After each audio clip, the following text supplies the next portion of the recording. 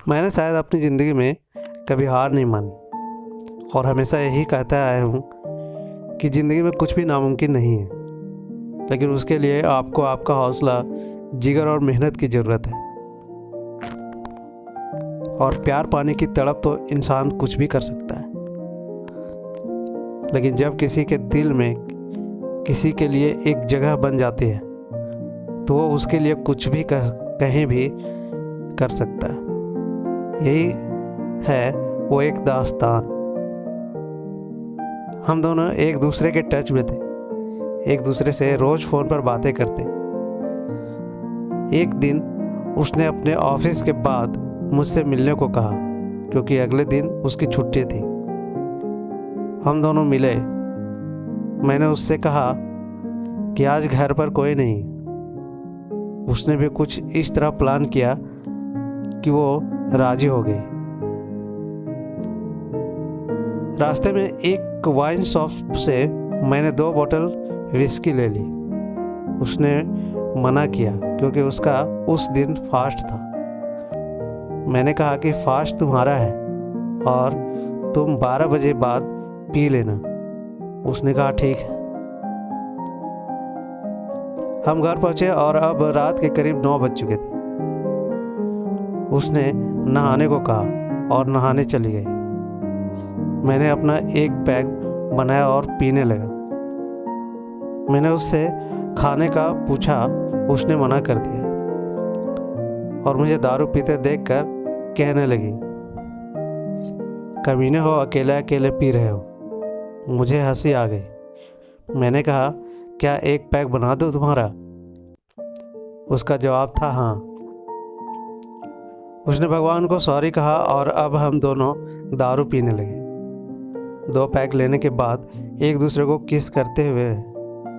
उस समय हम दोनों डिम लाइट में बिना कपड़ों के एक दूसरे के शरीर के साथ खेल रहे थे। एक दूसरे को संतुष्ट करके अब हमें भूख लगने लगी थी, तो मैंने उसके खाने का पूछा। अपने लिए मैंने नॉनवेज ऑर्डर किया। वो नॉनवेज नहीं खाना चाहती थी, लेकिन वो खाने में कंफ्यूज कर रही थी। आखिर उसने नहीं कहा, जब अष्टमी को दारू पी ली है तो अब नॉनवेज में क्या प्रॉब्लम है? मैं हंसता रहा और खाने का ऑर्डर कर दिया। रात करीब 12 बजे हम दोनों ने खाना खाया। दारू हम दोनों पीते रहे और हमारी रतिक क्रीड़ा भी चलती रही। वो मेरे लिए कुछ भी करने को तैयार थी। उसे एक ऐसा इंसान जो मिल चुका था जिसके साथ वो दिल से खुलकर अपनी लाइफ एंजॉय कर सकती है। हम दारू पीते रहे।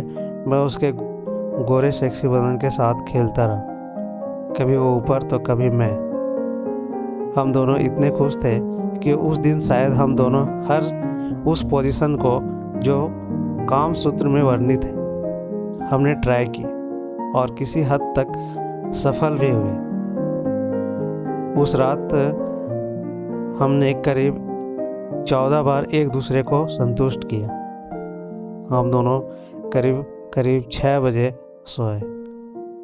8 बजे मेरी नींद खुल गई और उसके गोरे चिकने सेक्सी बदन ने मेरा मूड फिर बना दिया।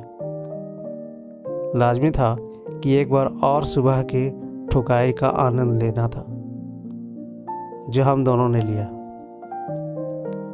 उसके भरे हुए गोरे चिकने बदन को देखकर मन हमेशा उसके लिपट जाने को करता। उसके गोरे चिकने स्तनों को टच करते ही उनका खड़ा हो जाना गजब था।